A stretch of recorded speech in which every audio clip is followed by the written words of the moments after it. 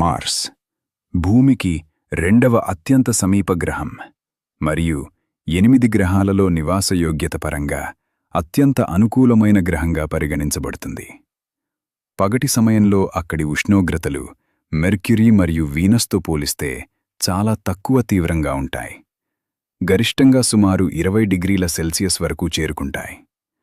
అయితే అసలు సవాలు రాత్రి సమయంలో లేదా గ్రహంలోని కొన్ని ప్రాంతాల్లో ఎదురవుతుంది.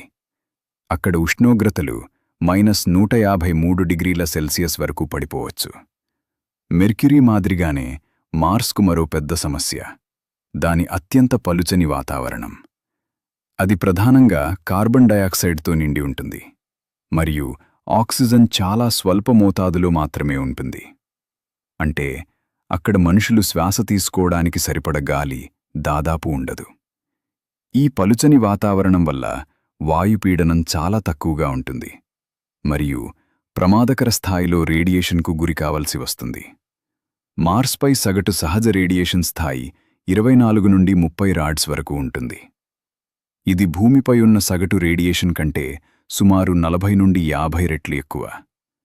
అంతేకాకుండా మార్స్పై తరచుగా అత్యంత శక్తివంతమైన ధూళి తుఫాన్లు సంభవిస్తాయి. ఈ తుఫాన్లలో గాలివేగం గంటకు 100 కిలోమీటర్ల వరకు చేరుకోవచ్చు. ఇవి నివాస ఏర్పాట్లకు తీవ్రమైన సవాళ్లను సృష్టించగలవు. అందువల్ల మార్స్పై మానవ నివాసాన్ని స్థాపించాలంటే